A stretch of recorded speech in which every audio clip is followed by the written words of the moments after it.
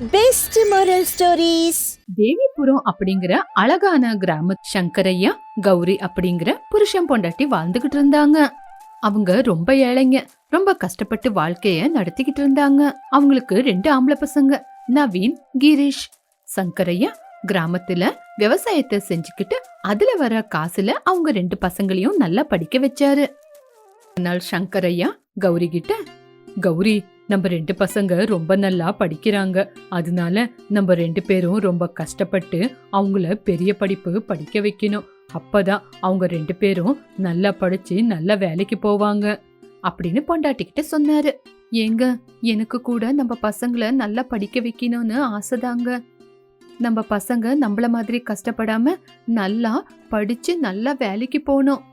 ஆமா கௌரி, நம்ம பசங்க நல்லா படிச்சாங்கன்னா நம்மளுக்கு எந்த கஷ்டமும் இருக்காது. இப்படி கொஞ்ச நாள் ஆச்சு. இப்படி 2 பசங்களும் நல்லா படிச்சாங்க. நவீன் பெரியவன், நல்ல புத்திசாலி. அவனுக்கு அவன் கூட இருக்கிறவங்களுக்கு மத்தவங்களுக்கும் உதவி செய்யற குணம் இருக்கும். இப்ப கூட ரொம்ப கவனம் வச்சு படிச்சுக்கிட்டு இருந்தான். ஆனா கிரீஷ் கொஞ்சம் சோம்பேறி. அவன் இருக்கிறத விட்டுட்டு மத்ததுக்கெல்லாம் ரொம்பவே ஆசைப்படுவான். இப்படி 2 பேரும் படிப்பு முடிஞ்சது. இப்படி கொஞ்ச நாள் ஆனதுக்கு அப்புறம் புருஷன் பொண்டாட்டி 2 பேரும், எங்க இன்னும் 2 நாள்ல பண்டிகை வரப்போகுது, பசங்களுக்கு ஏதாவது போன் பண்ணீங்களா, அதான் கேட்கலான்னு. கௌரி, நீ எனக்கு சொல்லணுமா? அது பசங்களோட படிப்பு நம்ம பண்டிகை வராங்கட்டியும் முடிஞ்சிரும், அவங்க கண்டிப்பா வருவாங்க. ஆமாங்க, எனக்கும் இந்த தடவை ரொம்ப சந்தோஷமா இருக்கு. ஏன்னா இந்த பண்டிகைக்காச்சு நம்ம பசங்க நம்ம கூட இருப்பாங்கல்ல, அதுக்குதாங்க. கௌரி, நம்ம பசங்க வரப்போறாங்கல்ல, அதனால அவங்களுக்கு பிடிச்ச சமையல எல்லாத்தையும் செஞ்சு வச்சிரு. சரிங்க, நம்ம பசங்க வராங்கல்ல, அவங்களுக்கு பிடிச்சதெல்லாம் சமைச்சு வைக்கிறேன், அது கூட உங்களுக்கு பிடிச்சதும் சமைக்கிறேன் அப்படின்னு சொல்லி உள்ள போயிட்டா. மறுநாளே நவீன் கிரி வீட்டுக்கு வந்தாங்க. அவங்கள பார்த்து சங்கரையா, ஏ கௌரி, வெளிய வந்து பாரு, பசங்க 2 பேரும் வந்துட்டாங்க. பா, எப்படிப்பா இருக்கீங்க, நல்லா இருக்கீங்களா? கௌரி சந்தோஷமா வெளியே வந்தா. அப்பா, வந்துட்டீங்களா, எப்படிப்பா இருக்கீங்க? உங்களை பார்த்து எவ்வளோ நாளாச்சு, என் பசங்க எப்படி இழைச்சு போயிட்டாங்க. அம்மா, நான் நல்லா இருக்கேம்மா, நீங்க எப்படி இருக்கீங்க? அப்பா, அம்மா, நான் நல்லா படிச்சு நல்ல மார்க்கோட வந்திருக்கேன். இனிமே நல்ல வேலைக்கு போய் உங்க 2 பேரை பத்திரமா பாத்துக்கிறேன். அப்பா, இந்த வார்த்தையை கேட்க எவ்வளோ சந்தோஷமா இருக்குப்பா. ஆமா கிரி, நீ என்னப்பா பண்ற? அப்பா, நான் கூட நல்லா படிச்சு நல்ல மார்க்கோட தான் வந்திருக்கேன். சரிங்கப்பா, சரி, ரொம்ப தூரத்துல இருந்து வந்திருக்கீங்க, உங்க அம்மா உங்களுக்கு பிடிச்ச சமையல் எல்லாம் செஞ்சு வச்சிருக்கா, வாங்கப்பா வந்து சாப்பிடுங்க வாங்க. இப்படி நாட்கள் போய்கிட்டு இருந்துச்சு. நவீன், கிரீஷ் நல்ல வேலையில சேர்ந்தாங்க. நவீனுக்கு போலீஸ் வேலை கிடைச்சது. கிரி கூட அவன் படிப்புக்கு ஏத்த மாதிரி அவனும் ஒரு நல்ல கவர்மெண்ட் வேலையில சேர்ந்துக்கிட்டான். சங்கரையா கௌரி ரொம்ப சந்தோஷப்பட்டாங்க. இப்படி இருக்கும்போது ஒரு நாள் சங்கரையா கௌரி கிட்ட, கௌரி, நம்ம பசங்க 2 பேரும் நல்லா படிச்சு நல்லா வேலையில சேர்ந்துக்கிட்டாங்க, எனக்கும் ரொம்ப சந்தோஷமா இருக்கு அப்படின்னு சொன்னான். ஆமாங்க, நம்ம பசங்க நல்லா படிச்சு நல்ல வேலையில சேர்ந்துக்கிட்டாங்க, எனக்கும் ரொம்ப சந்தோஷமா இருக்கு. எங்க பசங்களுக்கு கல்யாண வயசு வந்துருச்சு, அவங்களுக்கு நல்ல பொண்ணா பார்த்து கல்யாணம் பண்ணி. சரி கௌரி, உன்னோட பேச்ச நான் என்னைக்காவது வேண்டான்னு சொல்லிருக்கேனா? இப்படி நவீன், கிரீஷ் 2 பேருக்கும் கல்யாணம் பண்ணாங்க. எல்லாரும் அவங்கவுங்க பொண்டாட்டி கூட சந்தோஷமா வாழ்க்கையை நடத்திக்கிட்டு இருந்தாங்க. நவீன் மட்டும் அவனோட போலீஸ் வேலையில ரொம்ப கவனமா வேலை செஞ்சுக்கிட்டு இருந்தான். ஆனா கிரீஷ் அவனோட கவர்மெண்ட் வேலையில வர சம்பளத்துல கையில காசு மிச்சம் படுத்தவே இல்ல. இப்படி அவங்களுக்கு வர சம்பளத்துல திருப்தியா இருந்தாங்க. கிரீஷ் அவனோட கவர்மெண்ட் வேலையை விட்டுட்டு ஏதாவது வியாபாரம் செஞ்சு நல்ல லாபத்தை சம்பாதிக்கலாம் அப்படின்னு யோசிச்சான். இப்படி அவன் பொண்டாட்டி கிட்ட வந்து, கௌதமி, நான் என்னோட கவர்மெண்ட் வேலைய விடலாம் அப்படின்னு இருக்கேன். எதுக்கு அப்படின்னா, எனக்கு அதுல வர சம்பளம் காசு பத்தவே இல்ல, அதனால வியாபாரம் செய்யலாம் அப்படின்னு யோசிக்கிறேன். என்னங்க ஆச்சு உங்களுக்கு, பைத்தியம் பிடிச்சிருக்கா? நல்ல கவர்மெண்ட் வேலையை விட்டுட்டு யாராவது பிசினஸ் பண்ணலாம் அப்படின்னு யோசிப்பாங்களா? நம்மளுக்கு என்ன காசு வருதோ அந்த காசு வச்சுக்கிட்டு நம்ம சந்தோஷமா திருப்தியா வாழ ஆரம்பிக்கணும். அதை விட்டுட்டு அதிகமா காசு வருது அப்படின்னு பணத்துக்காக ஆசைப்படக்கூடாதுங்க. இங்க பாரு, நீ என்ன சொன்னாலும் சரி, என்னால உன் பேச்ச கேட்க முடியாது, அதனால நான் கண்டிப்பா வேலைய விடதான் போறேன். கேக்குறவங்களுக்கு சொல்லலாம், இந்த மாதிரி அடம் பிடிக்கிறவங்களுக்கு சொல்ல முடியுமா? அதுக்கப்புறம் உங்களோட இஷ்டம் அப்படின்னு சொல்லி அவளும் அங்கிருந்து கிளம்பி உள்ள போயிட்டா. கிரீஷ் அவனோட வேலையை ராஜினாமா பண்ணிட்டு ஏதாவது பிசினஸ் செய்யலாம் அப்படின்னு என்ன பிசினஸ் செய்யறதுன்னு யோசிக்க ஆரம்பிச்சான். கிரீஷ் வேலை விட்டது நவீனுக்கு தெரிஞ்சு போச்சு. கிரீஷ் கிட்ட கேட்கலாம் அப்படின்னு கிரீஷ பார்த்து நவீன் கிரீஷ் கிட்ட இப்படி கேட்டான். என்னடா கிரீஷ், உனக்கு என்ன பைத்தியம் பிடிச்சிருக்கா? ஏன்டா என்னதான் யோசிக்கிற? என்ன நினைச்சுக்கிட்டு இருக்க உன் மனசுல? வேலையை விட்டுட்டு என்ன பண்ண போற? வேலையை விட்டுட்டு வீட்டுல என்னடா பண்ண போற? அண்ணா, எனக்கு வேலையில வர காசு பத்தல, அதனாலதான் ஏதாவது பிசினஸ் செய்யலாம் அப்படின்னு யோசிக்கிறேன். பிசினஸ் பண்ணா அதுல வர லாபம் அதிகமா இருக்கும்ல, ஏதாவது பிசினஸ் பண்ணி காசை சம்பாதிக்கலாம் அப்படின்னு யோசிக்கிறியா? நீ என்ன பைத்தியக்காரனாடா? நம்ம வேலை செஞ்சாதான் நிம்மதியா நம்மளுக்கு காசு வரும். பிசினஸ் அது இதுன்னு இறங்குனா லாஸ் ஆயிடும்டா. இங்க பாருங்கன்னு நீங்க சொல்றதெல்லாம் என்னால கேட்க முடியாது. என்னை விட உங்களுக்கு நல்ல வேலை, அதிகமா சம்பளம் வரும். அதனால என்ன பார்த்து நீங்க இப்படி புத்தி சொல்லுவீங்க?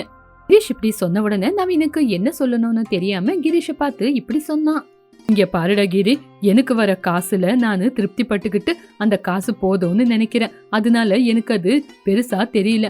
ஆனா நீ பணத்து மேல அதிகமா ஆசைப்படுற, அதனாலதான் இப்படி இருக்க. கிரி ஒரு மிட்டாய் கடையை வைக்கலாம் அப்படின்னு யோசிச்சுக்கிட்டு இருந்தா.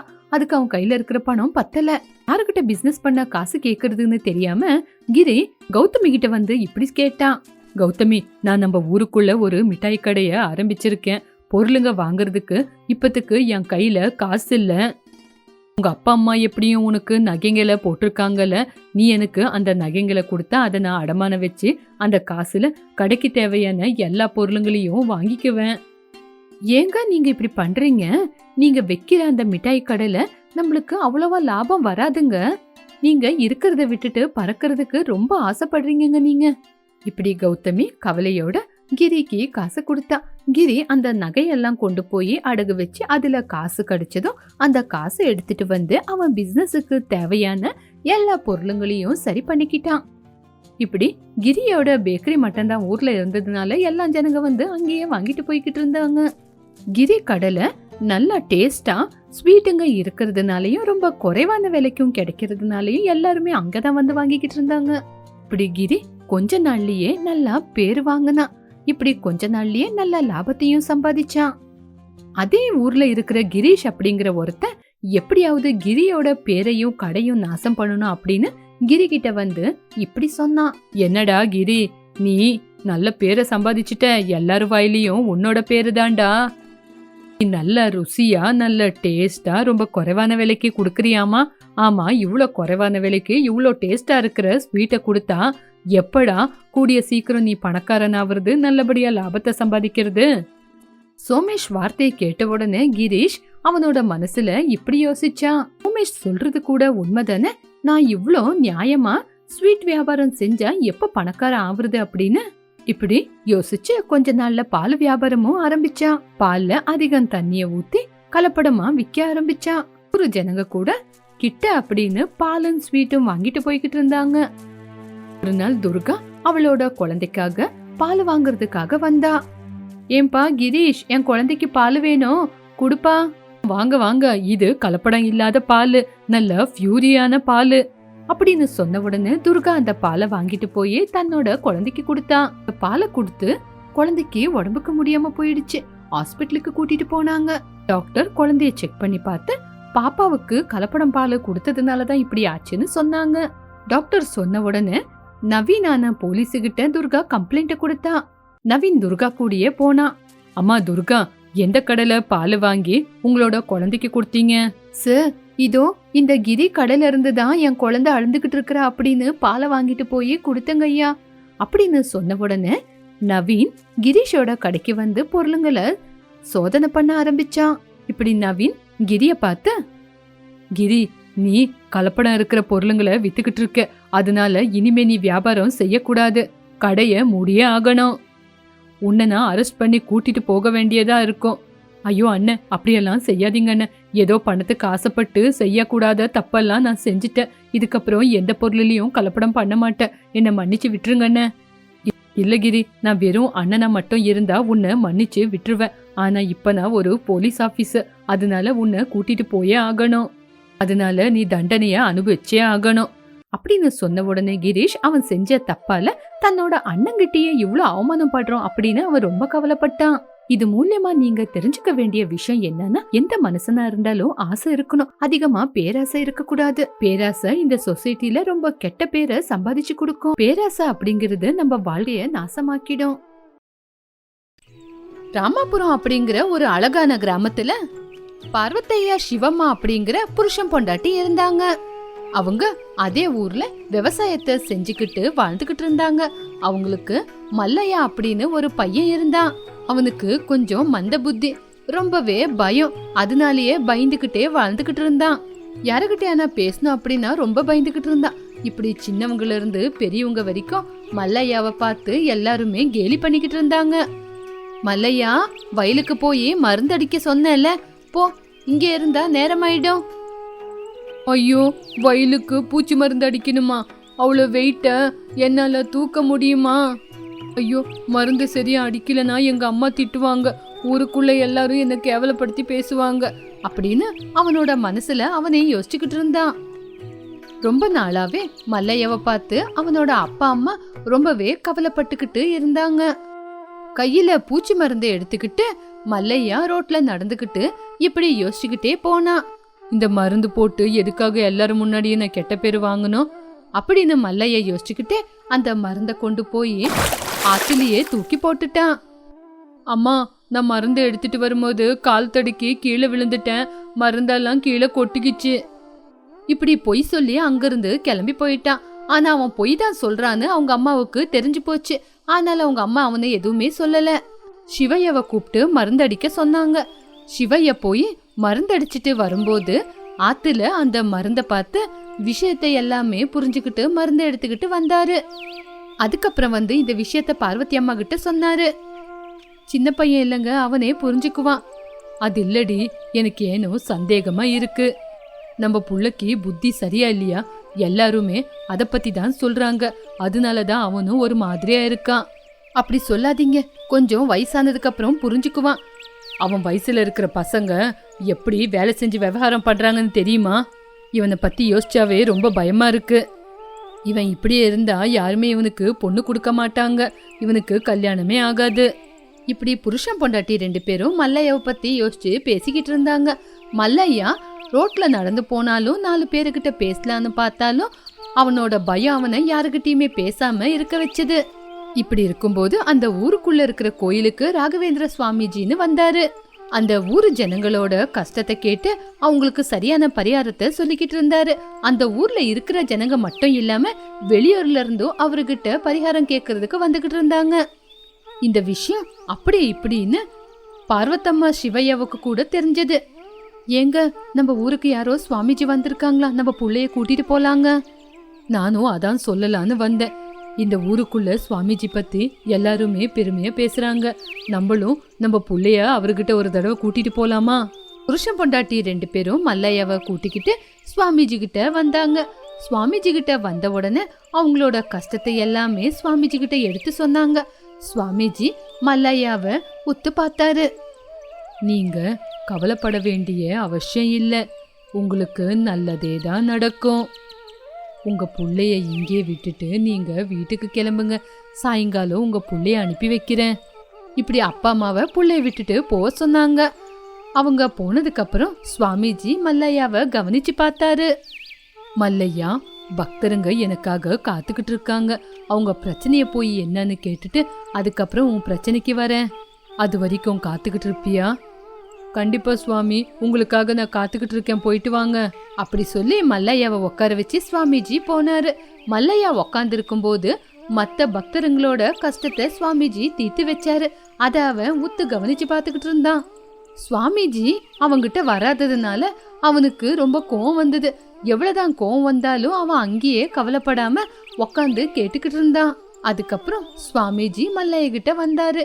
மல்லையா கிட்ட வந்த உடனே மல்லையா எந்திரிச்சு சுவாமிஜிக்கு வணக்கம் சொன்னான். வணக்கம் சுவாமிஜி, தீர்காயுஷ்மான் பவா அப்படின்னு சுவாமிஜி அவனை வாழ்த்தினாரு. அதுக்கப்புறம் சுவாமிஜி அவனுக்கு என்ன பிடிக்கும், அவன் எல்லாருக்கிட்டையும் எப்படி இருப்பான், எல்லாரும் அவங்கிட்ட எப்படி இருக்கணும் அப்படிங்கிற விஷயத்த சொன்னான். இப்படி மல்லையா கிட்ட ஃப்ரெண்டு மாதிரி இருந்து எல்லாத்தையும் கேட்டு தெரிஞ்சுக்கிட்டாரு. வாப்பா, ஊருக்குள்ள போய் சுத்திட்டு வரலாம். இப்படி சுவாமிஜி மல்லையாவை கூட்டிக்கிட்டு கோயில் முழுக்க சுத்திக்கிட்டு வந்தாரு. அப்ப அவன் தோல் மேல கை போட்டப்போ அவனுக்கு என்ன பயம் இருக்குன்னு புரிஞ்சுக்கிட்டாரு. அதுக்கப்புறம் ஒரு யானை கிட்ட கூட்டிட்டு வந்தாரு. யானை நடந்து வரும்போது அந்த ஊருக்குள்ள இருக்கிற ஜனங்க எல்லாருமே பயந்துகிட்டு இருந்தாங்க. அந்த யானை வரும்போது எதுக்காக ஜனங்க எல்லாம் பயந்துகிட்டு இருக்காங்க? என்ன சுவாமிஜி அப்படி கேக்குறீங்க? அது பெரிய பலசாலி இல்லையா? அதை விட பலம் யாருக்காவது இருக்கா அப்படின்னு பயந்துகிட்டே சொன்னான். அந்த வார்த்தையை கேட்டு சுவாமிஜி சிரிச்சாரு. சரி வா, நம்ம ஊருக்குள்ள போலாம் அப்படின்னு மல்லையவ கூட்டிக்கிட்டு ஊருக்குள்ள போனாரு. அதே ஊருக்குள்ள இருக்கிற ஒரு சர்க்கஸுக்கு கூட்டிட்டு வந்தாரு. மல்லையவுக்கு எதுவுமே புரியல. அங்க நடக்கிற சர்க்கஸ மல்லையா ஆச்சரியத்தோட பாத்துக்கிட்டு இருந்தான். ஆனை வளர்க்கிறவரு ஒரு சின்ன குச்சியால ஆனைய மிரட்டிக்கிட்டு இருந்தாரு. ஆனை இங்கிருந்து இங்க எகிரணும், சரியா? இல்லன்னா நான் உன்னை கொன்னுடுவேன், அடிக்கிட்டா? இப்படி ஒரு குச்சிய காட்டின உடனே ஆனை பயப்படுறத அவங்க 2 பேரும் பார்த்தாங்க. இப்படி 2 பேரும் சர்க்கஸுக்கு போய் வந்துட்டு ஒரு ஆலமரத்துக்கு அடியில 2 பேரும் உக்காந்து பேசிக்கிட்டு இருந்தாங்க. மல்லையா, இந்த 2 விஷயத்தையும் நீ பார்த்தல? ஒரு பக்கம் ஆனைய பார்த்து பெரிய பெரிய மனுஷங்கள்லாம் பயந்துக்கிட்டு ஓடி போனாங்க. இன்னொரு பக்கம் ஒரு சின்ன மனுஷன் ஒரு சின்ன குச்சிய காட்டி ஆனைய மிரட்டிக்கிட்டு இருந்தான். ஆனையும் பயந்துகிட்டு இருந்துச்சு. அது எதுக்குன்னு தெரியுமா அப்படின்னு சொன்ன உடனே மல்லையவுக்கு என்ன பேசுறதுன்னு தெரியாம முழிச்சுக்கிட்டு இருந்தான். அப்ப சுவாமிஜி ஒரு சின்ன சிரிப்பு சிரிச்சு இப்படி சொன்னாரு. ஆனைக்கு சாப்பாடு கூட போடாம அதோட பலத்தையே அது மறந்து போற மாதிரி ஒரு குச்சியால மிரட்டுறாங்க. அத பார்த்து அது கூட ரொம்ப பயந்துகிட்டு இருந்தது. உன்னோட பலத்தை நீ மறந்துட்டேன்னா ஒரு பூனை கூட உன்னை பயப்பட வைக்கும். உனக்கு பயம் அதிகமாயிடுச்சுன்னா ஒரு காத்த பார்த்தும் நீ பயந்துருவ.